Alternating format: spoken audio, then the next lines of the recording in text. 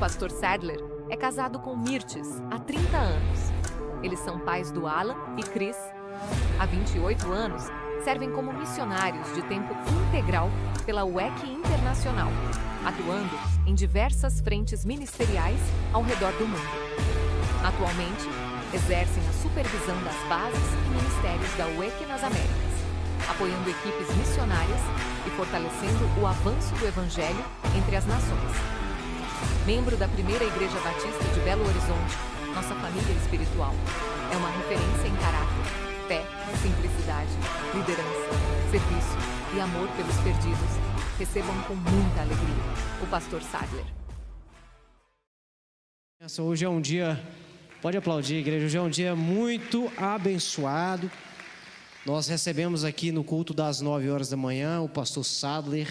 Foi maravilhoso e certamente vai ser tão bom quanto neste mesmo culto. O Sadler, você viu aí, ele é diretor da WEC Internacional das Américas, né? Não apenas América do Sul, não apenas América Latina, mas América do Norte também. E é um projeto missionário, abençoador, que está aí há 112 anos, não é, Sadler? Quase a idade da PIB-BH. Então, um projeto de muita autoridade, né?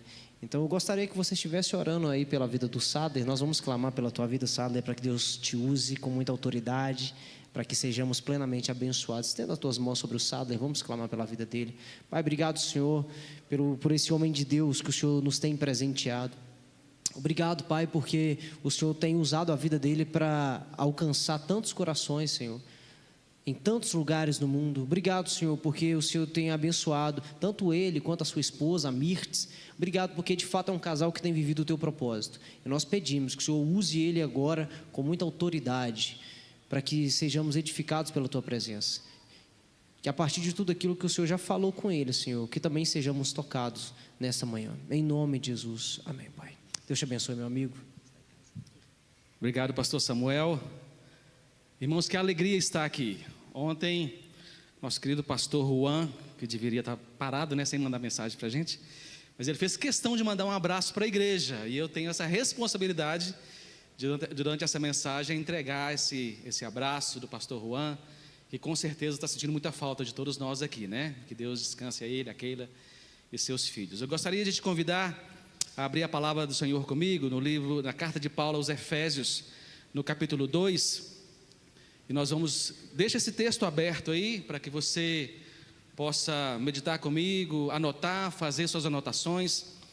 Eu quero, nesse tempo que nós temos aqui, também te dar a liberdade de você anotar coisas para você ver depois, né? Ou até nos perguntar.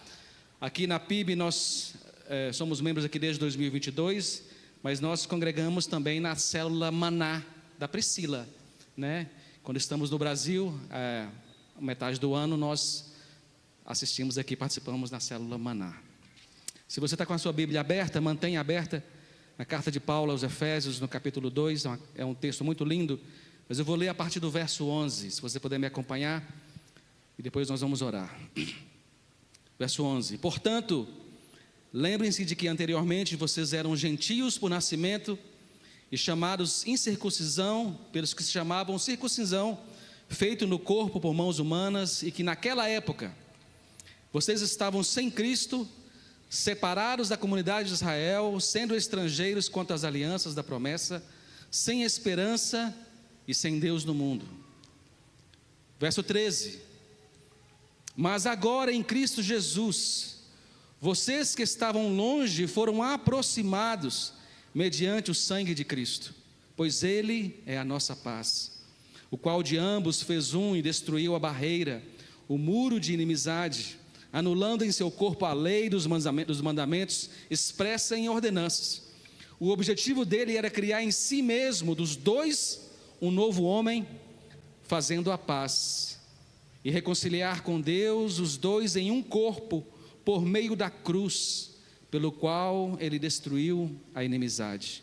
Verso 17 é nosso versículo áureo, que vai dizer: E ele anunciou, e ele veio e anunciou paz a vocês que estavam longe e paz aos que estavam perto. Vamos orar mais uma vez. Senhor, nós amamos a tua palavra, sabemos que a tua palavra é aquela que ministra aos nossos corações, aquela que vem discernir o nosso coração, a nossa alma, discernir o nosso passado, nos encorajar no presente, nos dar esperança para o futuro. Somos gratos ao Senhor, em nome de Jesus. Mantenha o texto aberto, nós vamos voltar nele. O pastor Juan, alguns meses atrás, nós estávamos inclusive viajando, ele entrou em contato com a gente, chegando nesse final de ano. Ele queria aproveitar enquanto estávamos no Brasil, para a gente vir aqui na nossa igreja, na PIB, para dar um relatório e um histórico de quem nós somos e daquilo que nós fazemos e em que estamos envolvidos do ponto de vista da obra missionária transcultural. Vocês viram aí algumas fotos, eu fiquei tão feliz de ver algumas daquelas fotos ali. A Mirtz, graças a Deus, ela registra imagens, outras, obviamente, experiências não estão registradas ali em fotos, mas ver essas aqui alegrou muito meu coração, porque a gente vê a bondade de Deus, né, irmãos? Nos usando e trabalhando em nós e por muita misericórdia através de nós e a despeito de nós. Então, como vocês viram aí, eu sou o Sada e a Mirtz, nós somos casados há 30 anos e nós, depois da nossa formação acadêmica, nós fomos da área da educação.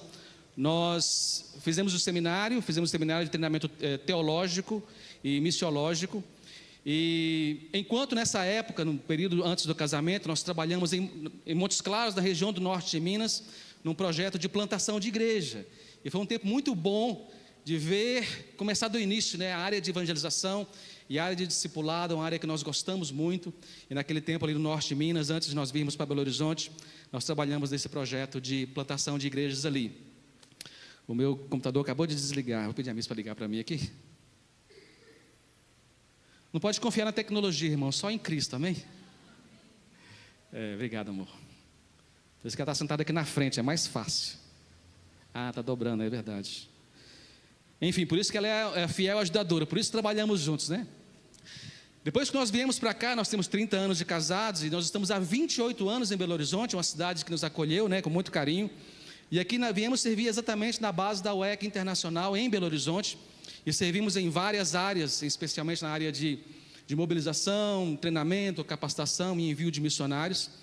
Depois de um tempo, nós moramos em 2 países do continente africano, onde nós deixamos pedaços do nosso coração. É um continente que nos chama muita atenção e que Deus falou muito conosco, nos deu o privilégio de ver aquilo que Ele está fazendo ali no continente africano. É um lugar que a gente volta a cada 2 anos.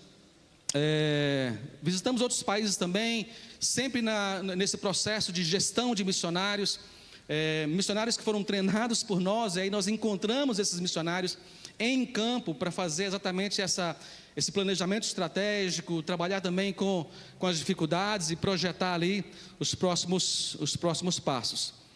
Ainda no Brasil, nossa última função, nós fomos líderes da UEC aqui no Brasil por cerca de 9 anos, e de 2022 para cá nós assumimos essa nova função de diretores da UEC aqui nas Américas. Esse slide que está aí na sua tela, o próximo, ele vai mostrar exatamente um pouco dessa organização na qual servimos. Eu estou aqui falando de UEC, né? O que significa UEC? É uma sigla em inglês, WSC, que numa tradução livre significa Evangelização Mundial para Cristo, né? Seria a tradução simplificada. Para os mais antigos aí, não tão antigos assim, vão conhecer como Missão Amém. Está aqui em Belo Horizonte há cerca de 70 anos. Então a Missão Amém é, na verdade, a UEC Internacional aqui em Belo Horizonte. Usou-se um outro nome. Atualmente usamos o UEC Brasil mesmo, né? Então, essa é a sigla aqui em Belo Horizonte. A UEC, como o pastor Samuel disse, ela tem 112 anos de trabalho missionário. O seu fundador, o Carlos Studd, chamado CT Studd, ele fez parte daquele movimento de pregadores e missionários, como, por exemplo, o Moody, né? D.L. Moody, que foi na sua casa, era um pregador americano que foi na sua casa, seus pais se converteram, e ele, depois do tempo dentro da universidade, também veio a entregar sua vida para Jesus, enquanto na universidade ele era aqui nós não temos esse esporte, né? Ele era um jogador de cricket. É um jogo de bastão com os paus. E vimos ali na África do Sul, o cricket é muito popular ali naquela região. Ele era um jogador de cricket famoso e universitário, de família muito rica. Mas ele conheceu também um missionário muito importante da vida de missões, te encoraja a anotar, é o Hudson Taylor, né? Hudson Taylor foi um missionário que trabalhou na China há muitos anos, e ao voltar na Inglaterra, ele ali trabalhou exatamente nesse recrutamento, nessa mobilização, que é algo que nós amamos fazer, que é recrutar aí jovens e pessoas para o Senhor, especialmente universitários, né? Eu fico sempre de olho aqui se tem gente universitária aqui, porque depois você leia aí sobre o SET de Cambridge. O Hudson Taylor exatamente fez esse trabalho ali, levou muitos filhos e filhas e pessoas que foram servir ali no continente, na China, né, por muitos anos. A UEC é uma organização de 112 anos, e atualmente nós trabalhamos em mais de 90 países pelo mundo. Vou pedir para colocar um mapa para a gente, para os irmãos terem uma dimensão. Nós trabalhamos em cerca de 90 países. Hoje o mundo tem aproximadamente 190 países politicamente reconhecidos, geopolítico, mas o nosso foco é aqui na chamada de janela 1040. Você pega o paralelo, né? 10 por 40, que pega ali do oeste da África até toda essa parte da Ásia, né? Ali até as Filipinas. Essa é a região menos evangelizada do mundo, pega ali o norte da África, parte do Oriente Médio, parte do sudeste da Ásia, e é a área do mundo mais populosa do planeta também. Estamos ali em 90 países. Nós não somos tantos missionários assim, por isso que essa acaba sendo uma manhã de recrutamento. Precisamos de mais missionários. Somos 2.000 missionários de longo prazo, e temos nesse entorno vários missionários de curto prazo que servem conosco por um período de 1 a 2 anos. Inclusive fica o desafio, se você quiser servir num lugar conosco por 1 a 2 anos, temos um projeto de longo prazo, de curto prazo, que você também pode servir conosco. Eu disse que a UEC é uma missão internacional, mas ela também é uma missão interdenominacional. Isso significa que ela é uma organização de fé evangélica. Então nós temos várias denominações que fazem parte da UEC, e o nosso acordo é justamente isso, né? É não reinventar a roda, é proclamar o Cristo e esse ressuscitado. Nossa mensagem é a mensagem do Evangelho de Cristo e a sua palavra, e com ela que nós estamos comprometidos. Se você conhece um pouco da história da igreja, existem alguns acordos das igrejas evangélicas, né, para entender qual que é o básico da fé evangélica, e isso a UEC como organização, ela então está inserida nisso. Somos também uma organização com foco transcultural, e nós vamos desdobrar um pouco dessa questão, o que significa ser transcultural, ou seja, que atravessa outras culturas, outros costumes, barreiras também linguísticas e geográficas, e estamos inseridos nisso. Volta o mapa mais uma vez para mim, por favor, porque é importante mencionar, por questão de segurança, eu não vou citar exatamente os países, mas vocês podem ver ali o spoiler, né? O mapa é um bom spoiler, né? Um dos nossos focos, e o tema da igreja agora é ajustando o foco, né? Gostei demais. Se nós ajustarmos o foco aqui, boa parte do nosso trabalho está voltada para os países chamados de países fechados ao Evangelho. São lugares onde nós não podemos enviar missionários ou enviar pastores. São lugares que nós enviamos crentes em Jesus, que são capacitados e treinados para ir nesses lugares, e nós procuramos então para que eles tenham uma outra plataforma de permanência, uma outra plataforma de visto, e é isso que nós estamos envolvidos. Então, você imagina aí, a sua profissão, o que você faz é muito útil no campo missionário, muito útil mesmo, né? Então venha conversar conosco, na nossa célula Maná, né? Para você entender um pouco mais. Nós temos, por exemplo, uma equipe que está agora no Oriente Médio, por 3 semanas, fazendo um trabalho específico. Está apagando, né? Voltou, eu vou deixar aberto. Por isso que eu preciso dar mente, irmão.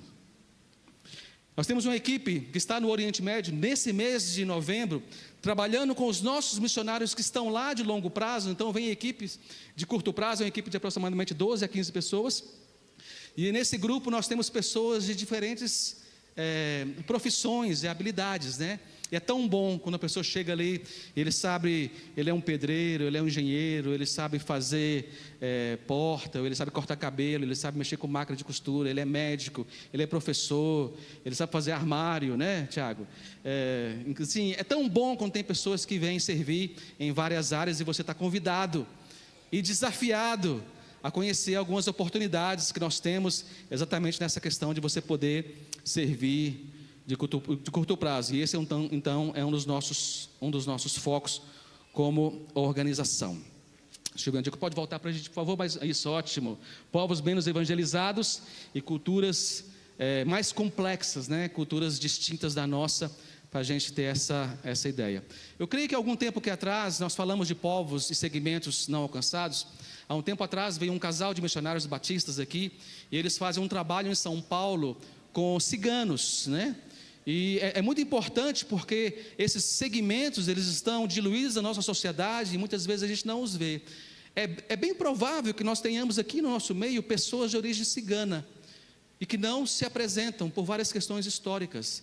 Mas existe um movimento muito bom de restauração dessa identidade étnica, histórica, para que você tenha a sua identidade em Cristo, também a sua identidade histórica, né? E esse trabalho é muito bem feito aqui por batistas ali em São Paulo, e aqui em Belo Horizonte também temos um grupo trabalhando com ciganos, irmãos. Temos vários assentamentos ciganos aqui no entorno de Belo Horizonte, Betim, Santa Luzia, e que muitas vezes são invisíveis para a sociedade e, pior ainda, invisíveis para a igreja.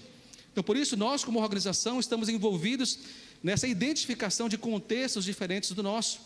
Nós temos, inclusive, na nossa região, existem mais de 800 comunidades quilombolas aqui no Brasil, grande parte delas aqui no estado de Minas Gerais e Bahia, e essas comunidades, elas são reconhecidas muitas vezes pelo IBGE, pelos antropólogos, pelo meio acadêmico, mas não é visto muitas vezes pelo braço missionário da igreja, né, que nós precisamos estender até eles, e por isso nós como organização temos esse olho e essa dinâmica de perceber o outro que está além de nós, além dos nossos limites geográficos, culturais, familiares, e por aí vai. Então nós podemos falar sobre isso por muito tempo, e estamos abertos para os irmãos fazerem um pouco de pergunta para a gente.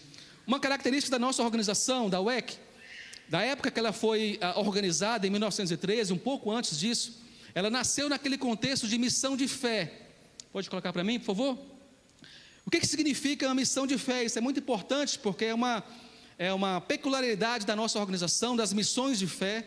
Eu citei aqui mais cedo que aquela geração ali de Charles Spurgeon, pastor batista, ou Moody, e também Hudson Taylor, em especial o George Miller, que foi ele fundador de vários orfanatos ali na Inglaterra, e a geração de missões de fé, da missão como George Miller, ela é aquele grupo de pessoas que eles confiavam no Senhor para prover tudo aquilo que eles pedissem em oração. George Miller, nos seus orfanatos, ele não pedia dinheiro, não pedia alimento, não fazia apelo, ele só orava e ensinava as crianças a orarem. Tem no histórico de missões, um certo dia de que eles não havia nada para comer, e eles sentaram as crianças às mesas, várias crianças ali à mesa, e eles começaram a orar, pedindo ao Senhor por comida, com os pratos vazios. Enquanto eles estavam orando, bateu alguém na porta. Eles abriram, um senhor pedindo ajuda, dizendo o seguinte: olha, eu estava com a minha carroça trazendo aqui, e ela quebrou em frente ao orfanato. E ao quebrar a roda, o que tinha na carroça, irmãos? Leite, uma carroça de leite. Ali ele falou o seguinte: olha, eu não vou conseguir chegar no meu destino, eu preciso desfazer esse leite para não jogar fora. Vocês querem leite? E ali, irmãos, resposta de oração, porque o nosso Deus é um Deus que responde à oração. O que significa uma missão de fé? Significa que, como organização sem fins lucrativos, nós não fazemos apelo financeiro. Cada membro, cada missionário, ele depende e confia no Senhor exclusivamente, e vive de doações de mantenedores, ofertantes, e com a ajuda de suas respectivas igrejas. Nós, como missão, como missionários, abraçamos um estilo de vida simples, e nenhum membro da UEC internacionalmente recebe qualquer remuneração ou salário por parte da organização, independente da sua função ou posição. Nós conhecemos muito bem os desafios desse estilo de vida, mas nos alegramos por ver a boa mão do Senhor agindo com provisão e milagres. Paulo vai dizer aos Filipenses no capítulo 4, ele diz: aprendi a viver contente em toda e qualquer circunstância. Nós estamos vivendo pela fé há 28 anos, Irmãos, nós temos visto tanta experiência de milagre, tanta provisão, tanto cuidado do Senhor, tanto aperto também, quem não passa, né? Nós vivemos como os irmãos também, sabemos como que é, mas nós temos tido esse privilégio, essa oportunidade de viver os milagres do Senhor, e por isso a UEC, como essa organização, que é uma missão de fé, uma missão que vive na dependência do Senhor e todos os seus missionários, é uma organização totalmente voluntária, né? Nós que servimos nela, servimos totalmente de maneira voluntária, sem fins lucrativos e sem apelo financeiro. É importante mencionar um pouco dessa característica da nossa organização. Mas como eu disse, nós somos uma organização também que tem um foco em lugares mais complexos e mais complicados, e por isso nós temos um corpo de liderança internacional. Eles estão baseados ali na Ásia, os diretores e vice-diretores, eles migraram para a Ásia e moram lá na Ásia. Nós vamos lá anualmente para reuniões com a diretoria principal. Essa diretoria é composta por especialistas em áreas de avanço, que são importantes para a área de avanço, entre elas especialistas na área de plantação de igreja, que é o que nós fazemos, em contexto transcultural.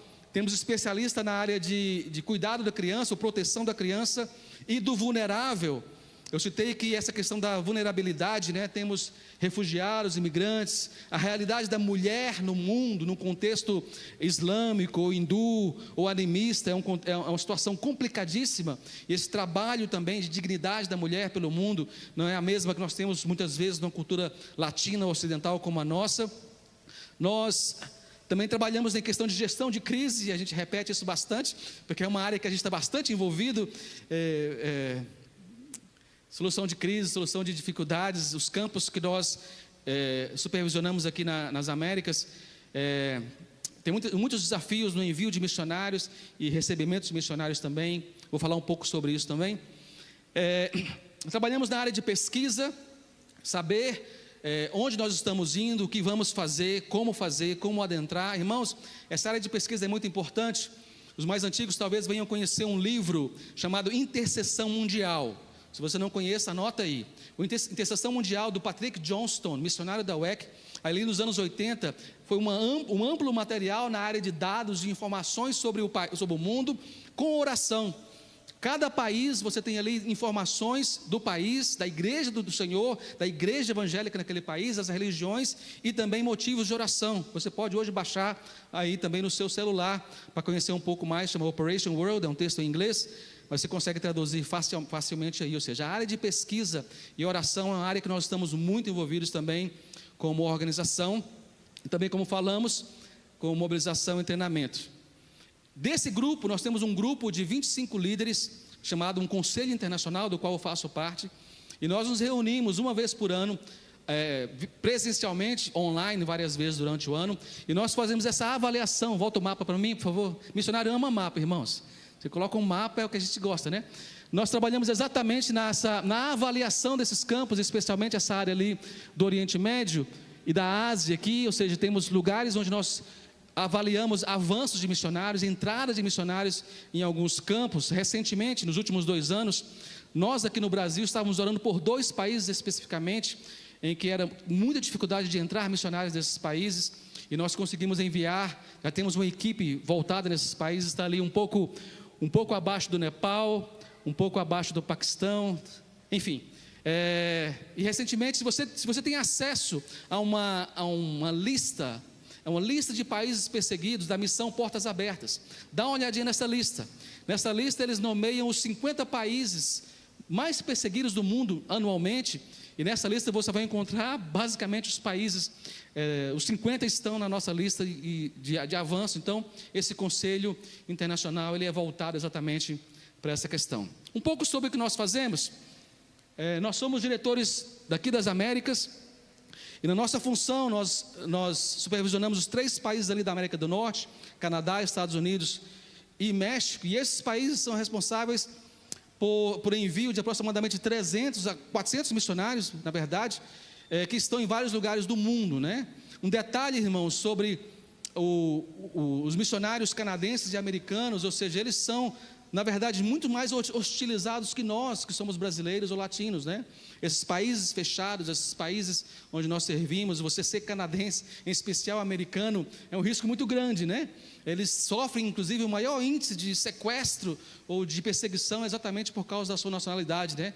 E mesmo assim, nós trabalhamos com eles nessa questão do envio. Temos uma base latina aqui na América Central e do Sul, também com envio de missionários. Aqui no Brasil, temos uma base na Amazônia continental, como chamamos.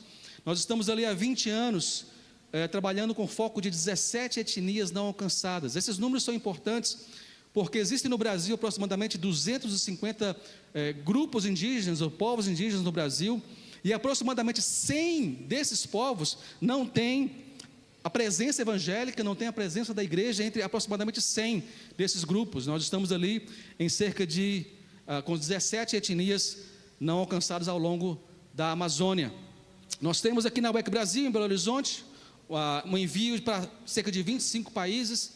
É tão bom ver missionário brasileiro enviado, irmãos, e encontrar com eles no campo. Missionário brasileiro é muito bom, irmãos, é muito bom. Porque o Brasil, ainda bem, nós temos essa questão da simpatia, não apenas evangélicos, mas quem da área de esporte, por exemplo, se você chega em algum lugar e eles veem seu passaporte brasileiro, uma das primeiras coisas que eles abrem é o sorriso, né? Os colegas americanos nem sempre têm esse sorriso nos lábios, né? Mas enfim, é muito bom porque ele abre portas, ele abre diálogo também. Eu me lembro uma vez no Senegal, eu fui parado por um senhor, né? Um policial me parou, estava indo comprar comida para a missão, numa estrada. Ele parou meu carro, um senhor já de idade, e ele parou meu carro, era um guarda, e ele pediu o documento do carro, aí pediu a minha documentação. Eu falei com ele assim: olha, eu tenho o passaporte. Quando ele pegou meu passaporte, ele abriu um sorriso: do Brasil. Aí eu falo, quando a gente está na África, a gente fala que nós somos primos, e somos mesmo, assim, o povo africano é muito primo da gente. E ele falou comigo assim, Pelé, né? Ronaldinho. E ele falou comigo assim: eu não vou te multar não, mas fala a escalação da seleção brasileira de 70. Imagina, irmão César. Aí eu falei assim: eu nasci em 71, então não dá.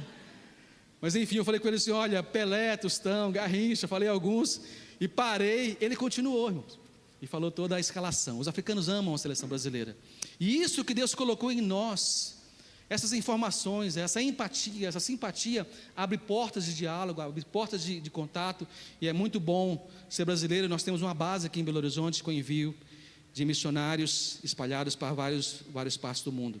Eu acho importante destacar, o ano passado nós estivemos participando do 4º Congresso de Lausanne, na Coreia, e depois do congresso nós fomos participar de um encontro impulsionado pelo movimento missionário coreano. Se você puder depois estudar um pouco sobre isso, o movimento missionário coreano talvez seja o movimento mais proeminente dos últimos 20 anos. É a igreja que tem mais enviado missionários proporcionalmente nos últimos 20 anos, irmãos. É impressionante a quantidade de missionário coreano que a gente encontra no campo missionário. E esse movimento coreano, eles começaram então a fazer alianças, e nós participamos lá em Busan.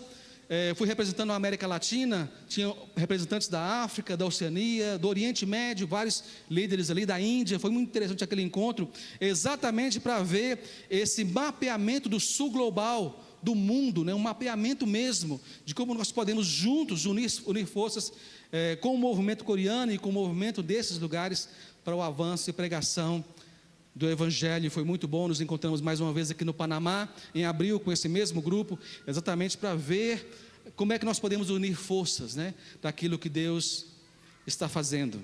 Um pouco sobre nós, o que nós fazemos, Mirtes e eu, só para os irmãos entenderem a nossa dinâmica, como é que a gente se ajuda e se completa, né? Eu trabalho na área de representatividade eclesiástica, networking com essas organizações nacionais e internacionais, treinamento, mentoria, gestão de crises e pastoreio de obreiros. E a Mirtes, ela trabalha também comigo na área de treinamento de obreiros e também na área de comunicação, aconselhamento feminino, ensino de inglês e também ensino de português para estrangeiro. Ela faz isso também. E ela também trabalha na área de planejamento, graças a Deus, ela é muito organizada. E gestão de crises, estamos bastante envolvidos nisso, né? Para os irmãos entenderem um pouco da nossa dinâmica como missionários. Os irmãos podem perceber que esse é um assunto que a gente gosta bastante, né? A gente tem muitos dados, muitas informações, a gente lida com gente de verdade que está servindo o reino de Deus em vários lugares do mundo, vários lugares desafiadores. Nós tivemos, ao longo da nossa história, o privilégio de os nossos filhos um deles foi servir na África por um ano, antes da faculdade. Ele queria, pai, eu quero doar um ano para o campo missionário, e antes da faculdade ele foi servir ali no Senegal sozinho por um ano, né? E não é fácil ter o filho distante, né? Ainda mais um rapaz de 17, 18 anos, mas sabíamos que lá ele estava próximo de Jesus, e isso enchia muito nosso coração. Depois eles foram servir na Croácia, serviram lá de 2 a 3 anos. Filho é assim, meu filho de missionário, deixar ele bate asa, né? Eles voam. Então, é muito bom aquilo que a gente está falando com os irmãos aqui, sobre essa mobilização, treinamento, povos. A gente vive na nossa própria família, nossa própria realidade, é muito bom falar sobre isso. Vamos voltar para o texto que nós abrimos no início da nossa mensagem. Essa manhã o Senhor colocou no meu coração, pensando nesse Deus missionário, esse Deus que se colocou em missão. O Senhor colocou 3 verdades da missão de Deus ao longo da história. E a primeira verdade está exatamente aqui nesse texto de Efésios, no capítulo 2. Eu quero destacar o verso 13 e o verso 17. O verso 13 vai dizer: mas agora em Cristo Jesus, vocês que antes estavam longe, foram aproximados mediante o sangue de Cristo. E o verso 17 vai dizer: ele veio e anunciou a paz a vocês que estavam longe, e a paz a vocês que estavam perto. A primeira verdade da missão de Deus ao longo da história é de que Deus, Ele é Senhor das distâncias. Deus, Ele é o Senhor da terra, Ele é o Senhor da geografia, mas Ele também é o Senhor das distâncias. E aqui de distância, nós estamos dizendo de distâncias geográficas também, essa distância de lugar, né? Nós que trabalhamos nesse contexto mundial, o contexto das nações, de povos em outros lugares, nós temos uma experiência, por exemplo, aqui mesmo na Amazônia, né? A Amazônia é aqui, um voo de 5 horas, a gente chega em Manaus. Mas a partir de Manaus, a nossa equipe de missionários, aproximadamente 50 missionários brasileiros de outros países também, pega-se um barco a partir de Manaus, subindo pelo Rio Negro. São aproximadamente 3 dias de barco, de viagem nesse barco. 52 horas quando o barco não bate ou quando não tem algum problema. Nós temos 2 estações, são 2 pequenas cidades ao longo do Rio Negro, Santa Isabel e São Gabriel da Cachoeira. Essa mais próxima ali da fronteira com a Colômbia, né? Fronteira assim, né? É a última cidade brasileira com polo do exército, inclusive brasileiro, uma cidade com 75% da sua população indígena. E nós seguimos ali 3 dias de barco, chegando nesses polos onde nós estamos, já com igrejas plantadas nessas 2 localidades. Dali os missionários se adentram então para as etnias que estão mais afastadas. Pega-se então um barco de alumínio chamado de voadeira, com motor de popa, e segue ali pelos rios paralelos, os igarapés, igapós, e seguimos ali também esses rios, tem muitos banzeiros, né? São ali os quebra-molas dos rios, né? Cachoeiras. Às vezes você precisa tirar o barco do rio, tirar todas as coisas, andar com o barco pela floresta, voltar, ou seja, normalmente 1, 2 dias ali nesses barcos. Tivemos uma experiência assim há 2 anos atrás, e como se não bastasse, às vezes você precisa andar pela floresta até chegar em algumas etnias, algumas comunidades espalhadas ali na floresta amazônica, irmãos, que é imensa, é maior do que a gente imagina, né? Então essa distância geográfica, ela é agregada também a dificuldades aí da natureza, dificuldades de circunstâncias. Não é fácil ir longe, irmãos. Não é fácil chegar nesses lugares. Não é fácil, especialmente, não apenas chegar nesses lugares. Como mineiro a gente fala que chegar é fácil, né? O difícil é ficar, é permanecer, trabalhar 1, 2, 3, 4, 5, 10, 15 anos. E isso é uma tarefa que só a igreja faz isso, enviando os seus missionários. Estamos ali nessas localidades servindo ao Senhor com todas essas distâncias. O Senhor Jesus, Ele é o dono das distâncias. Ele também é o dono das distâncias linguísticas. Nós temos aproximadamente 6.000 línguas faladas no mundo. Aproximadamente 2.000 dessas línguas não têm a Bíblia traduzida para elas. E Deus quer quebrar essa distância da palavra que existe em etnias aqui no nosso mundo. Nós temos essa tarefa de falar de Jesus para eles. Por exemplo, eu citei aqui os ciganos falam uma língua chamada Calon, e foi traduzido em 2017 o Novo Testamento para a língua Calon, porque é muito importante, irmãos, que o povo leia a Bíblia, a palavra do Senhor na sua própria língua, no seu próprio idioma. Deus é o Senhor das distâncias, as distâncias culturais, mas a maior distância que o Senhor quer diminuir, como ele diz no verso 17, é a distância de Cristo, a distância do reino, a distância da igreja, a distância da pessoa de Cristo. Por isso que ele enviou Jesus. Jesus atravessou a história, atravessou o universo, veio de longe, chegou até a mim e você. E como se não bastasse, ele decidiu habitar pertinho da gente. E ele decidiu habitar dentro de nós. Esse Deus, ele é especialista em distâncias. Eu não sei se você tem alguém na sua família que está distante. Talvez não distante fisicamente, mas distante do Senhor Jesus. Talvez afastado da comunhão da família, da comunhão da igreja. Nós podemos orar sobre isso, irmãos, porque Deus é expert em diminuir distâncias. Jeremias, ele vai dizer que com cordas de amor eu atraí, e por isso, irmãos, que com cordas de amor o Senhor vem atrair aqueles que estão distantes no seu contexto de vida, na sua família, e trazer para perto de si, porque Ele é aquele Deus que Ele ministra paz aos que estão perto, mas também paz àqueles que estão longe. Primeira verdade da missão de Deus é que Deus é Senhor das distâncias. A segunda verdade está lá em Atos capítulo 1, versos 6 e 8, quero te convidar a ler comigo. Vai dizer: então os que estavam reunidos, os discípulos, lhe perguntaram: Senhor, é neste tempo que vais restaurar o reino de Israel? Vejam que eles estavam perguntando sobre tempo. E ele lhes respondeu: não lhes compete saber os tempos ou as datas. Uma outra versão vai dizer os tempos e as épocas ou estações que o Pai estabeleceu pela sua própria autoridade. Aí vem o verso missionário áureo, né? O verso 8 que vai dizer: mas receberão poder quando o Espírito Santo descer sobre vocês, e serão minhas testemunhas. Vejam bem a dinâmica de tempo, de espaço aqui, de distância aqui. E serão minhas testemunhas em Jerusalém, em toda a Judéia e em Samaria e até os confins dos tempos. Vejam, irmãos, que o Senhor não é apenas o Senhor das distâncias, mas Ele também é o Senhor do tempo. Ele é o Senhor da história. Os discípulos aqui, vendo Jesus partir, eles perguntaram sobre o tempo de restauração. Nós, como crentes, perguntamos sobre o tempo da sua vinda. Mas Jesus, ele usou dois termos para a palavra tempo. A primeira, quando ele diz que não lhes compete saber os tempos. O primeiro tempo aqui é o tempo cronos, ou o tempo cronológico, esse tempo do relógio que nós temos. O segundo, épocas, estações, é o tempo kairos, que é o tempo da provisão, o tempo de Deus, o tempo da restauração de Deus. É esse tempo, irmãos, que nós como crentes convivemos com o nosso Deus, né? A gente fala muito sobre o tempo de Deus. O tempo de Deus é um outro tempo, é o tempo kairos, o tempo da intervenção de Deus.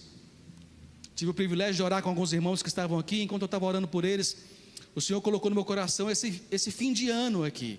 Irmãos, dá tempo, não é verdade? Dá tempo do kairos de Deus chegar na sua vida, chegar na sua família, chegar no seu trabalho, porque Deus, Ele é aquele que controla as distâncias, mas Ele também controla o tempo, e o tempo da sua restauração e do seu milagre. Nós temos um trabalho ali no continente africano. Pode colocar para mim o mapa? Se você puder identificar aqui, Gana fica ali perto, abaixo da Nigéria, Benin, você vai encontrar perto de Guiné-Conakry ali, enfim. Um dos nossos missionários fez um trabalho lá na década de 90, entre um povo chamado Concomba, e nasceu entre o povo Concomba uma igreja. E eles começaram um dia pela manhã a pregar, a apresentar o evangelho, fizeram um culto. É muito bom os cultos africanos, tem muita dança, muito tambor, muita festa, é uma delícia. Quem já teve o privilégio, irmãos, a igreja africana é impressionante como é que é bom participar de culto com eles. 4 horas de louvor, 2 horas de palavra, enfim. Passaram a manhã inteira ali de culto, fizeram um apelo e pregaram de novo e cantaram mais. Aí o culto terminou lá para as 3 horas da tarde. Imagina, começou pela manhã, Era assim que a gente ia, né? Você lembra? Enfim, por fim eles estavam já terminaram o culto, estavam já encerrando as coisas, orando com algumas pessoas que estavam ali, e nisso veio uma mulher que morava na região, mas porque ela tinha uma deficiência física nos braços e das pernas, ela não podia andar, e ninguém a trouxe para estar naquele lugar, então eles carregaram, ela veio arrastando ali, é uma região de muitas pedras, e ela conseguiu chegar, e tem uma foto nesse livro chamado Concombas, do Ronaldo Lidório, tem uma foto dela na capa, e ela chega naquele lugar, e ela começa a perguntar, ainda dá tempo? Ainda dá tempo? E eles perguntaram assim, ainda dá tempo de quê? Porque em reuniões longas assim, eles servem comida, servem um arroz, servem alguma coisa, e eles vieram alguns líderes, e o missionário chegou para ela e perguntou assim, ainda dá tempo de quê? E ela, machucada, ela disse, ainda dá tempo de aceitar Jesus como Salvador. Imagina, irmãos, ainda dá tempo de aceitar Jesus. Dá tempo, meu querido, dá tempo de ver vidas transformadas. É por isso que nós estamos envolvidos na obra missionária, além de nós, além das fronteiras geográficas, distâncias, mas também essa questão de tempo. Quem está perdido, quem está do outro lado, ele está desesperado, irmãos, ele está precisando exatamente que nós mexamos no nosso tempo, na nossa vida, para resgatar essas pessoas. Viemos para a missão com 25 anos, no nosso prime, aí pensando na vida acadêmica, profissional, e nós falamos com Deus, nós vamos dar o nosso melhor tempo para o Senhor, vamos dar a nossa juventude, vamos dar o nosso intelecto, vamos dar a nossa profissão, somos da área de educação, vamos investir nosso tempo. Irmãos, nós nunca fomos tão felizes, nunca fomos tão felizes de ver, não aquilo que nós fazemos, mas ver Deus agindo. É transformador, é lindo ver pessoas de outras culturas, de outras línguas, de outras nações entregando a vida para Jesus. E nós queremos te convidar a vir conhecer um pouco mais. Dá tempo de você vir para a obra missionária, dá tempo de você vir ajudar, dá tempo de você vir servir em vários campos. Nós só temos 90, imagina, são mais de 300 povos que nós trabalhamos de maneira direta na proclamação no Evangelho. Primeira verdade, Deus é o Senhor das distâncias. Segunda verdade, Deus é o Senhor do tempo. E a terceira verdade é um princípio missional muito importante, Deus é o Senhor do espaço. E quando eu digo espaço aqui, não é esse espaço, Ele é sim Senhor do universo, Senhor do espaço, Senhor da terra, mas o texto de Eclesiastes capítulo 3, verso 11 vai dizer que Deus, Ele fez tudo belo ao seu tempo, e Ele também pôs a eternidade no coração do homem e da mulher, sem que este consiga compreender a obra que Deus fez do começo até o fim. Irmãos, essa característica do nosso Deus, do nosso Criador, Ele criou um espaço na sua vida, no seu coração, que só cabe Jesus, só cabe Jesus. Nós temos percorrido aí lugares com outras religiões. O tempo que moramos na África, vimos ali as religiões africanas, ou seja, animistas, né, nessa manipulação de objetos, de árvore, pedra, fetiches, coisas assim, nessa busca incansável de se conectar com a eternidade, se conectar com o Senhor, se conectar com um tipo de Deus, e nós sabemos que são deuses falsos.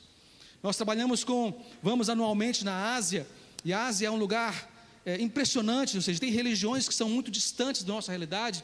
Nós lidamos, por exemplo, com o budismo, né, shintoísmo ali no sudeste da Ásia, e o budismo é uma religião com muitas oferendas, né? Todas as casas dos países que a gente vai, tem altares nas casas, ou altares nos locais de trabalho. Imagina você entrar no lugar e ter ali altares com muitas referências, com frutas, com cereais, as pessoas dando ali oferendas para deuses que não existem, para deuses falsos, sem esperança. Convivemos com missionários que trabalham na Índia, 33 milhões de deuses são adorados ali na Índia. Existe um anseio no coração do homem, existe um lugar na vida do homem e da mulher que só cabe Jesus, só cabe Jesus. É por isso que Paulo vai dizer: eu tenho as marcas de Cristo em mim. Essa marca da cruz só cabe Jesus, uma cruz vazia, um túmulo vazio, que só cabe só cabe Jesus.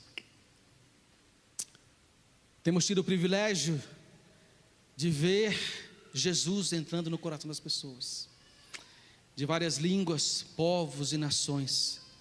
Pastor Juan, ele gosta muito de dizer que nós queremos fazer parte daquilo que Deus está fazendo, não é verdade? E nós fazemos parte daquilo que Deus está fazendo aqui em Belo Horizonte, que perto de nós, no raio de alcance da igreja. Nós também queremos fazer parte daquilo que Deus está fazendo longe de nós, desse Deus que diminui distâncias, desse Deus que tem a terra nas suas mãos, desse Deus que é dono do tempo, que é dono do Cronos, que é dono do Kairos, e Ele está interessado, irmãos, em investir o seu tempo de vida, o seu tempo de oração, o seu tempo de informação, para que outros conheçam Jesus. Irmãos, informação é muito perigosa, muito perigosa. Primeira coisa, quando nós temos uma informação sobre um desafio, é gerar em nós oração. Hoje eu estava conversando com o Rodrigo e a Jéssica ali no fundo, eu estava falando com eles, olha, tem um movimento aqui em Belo Horizonte, que trabalha com os hippies aqui em Belo Horizonte. Sabia, irmãos, que tem uma igreja hippie na Praça 7? Se reúne toda quarta-feira nos papelões. E os pastores Lucas e Maria estão ali pastoreando esse grupo de hippies que passam e vêm e vão. Vai lá um dia para você ver. Se reúne toda quarta-feira. Às vezes eles levam aquela caixa d'água e fazem batismo lá na Praça 7. Procura depois Cristo House. É aqui em Belo Horizonte, eles têm uma base de passagem, de evangelização, de discipulado, várias vidas transformadas. Estávamos uma vez na Bahia, Mirtes e eu, de férias. Passamos, a pessoa gritou, Mirtes. Aí Mirtes chegou lá, era Maria, trabalhando, esposa do pastor Lucas, trabalhando ali, fazendo arte ali é o que eles fazem, irmãos. Eles são hippies de verdade, pastores hippies, fazendo ali miçanga e coisas ali na calçada. E chegamos lá, querida, abraçamos, aí esse aqui é um pastor da Argentina, irmão, pastor da Argentina, todo rastafari assim. Povo crente em Jesus, irmãos, estão aí evangelizando nas ruas. Eles, irmãos, têm distâncias que nós não conhecemos, que estão longe de nós, mas Deus, Ele é aquele que quer trazer paz aos que estão perto e aos que estão longe. É o Deus que diminui distâncias, e é o Deus que colocou um anseio nos corações dos 8 bilhões de pessoas, que só cabe Jesus. Vamos orar e agradecer ao Senhor pela sua palavra e pela verdade que Ele ministra. Senhor nosso Deus, nós somos gratos ao Senhor pela tua bondade, pela tua graça e pelo teu amor. Obrigado por essas verdades da tua missão que o Senhor colocou para nós como igreja entendermos que o Senhor é aquele que tem interesse de salvar perto e tem interesse de salvar aqueles que estão longe. O Senhor é o Deus das distâncias. O Senhor também é o dono do Cronos e é o dono do Kairos, do seu tempo, que restaura vidas e corações. O Senhor também é o dono, é aquele que criou dentro de nós o espaço que só cabe Jesus, só cabe nosso Senhor e nosso Salvador. Por isso nos desperte nessa manhã, Senhor, a entendermos cada vez mais o teu senhorio na terra, o teu senhorio na nossa Jerusalém, na Samaria, na Judéia e até os confins da terra, em nome de Jesus.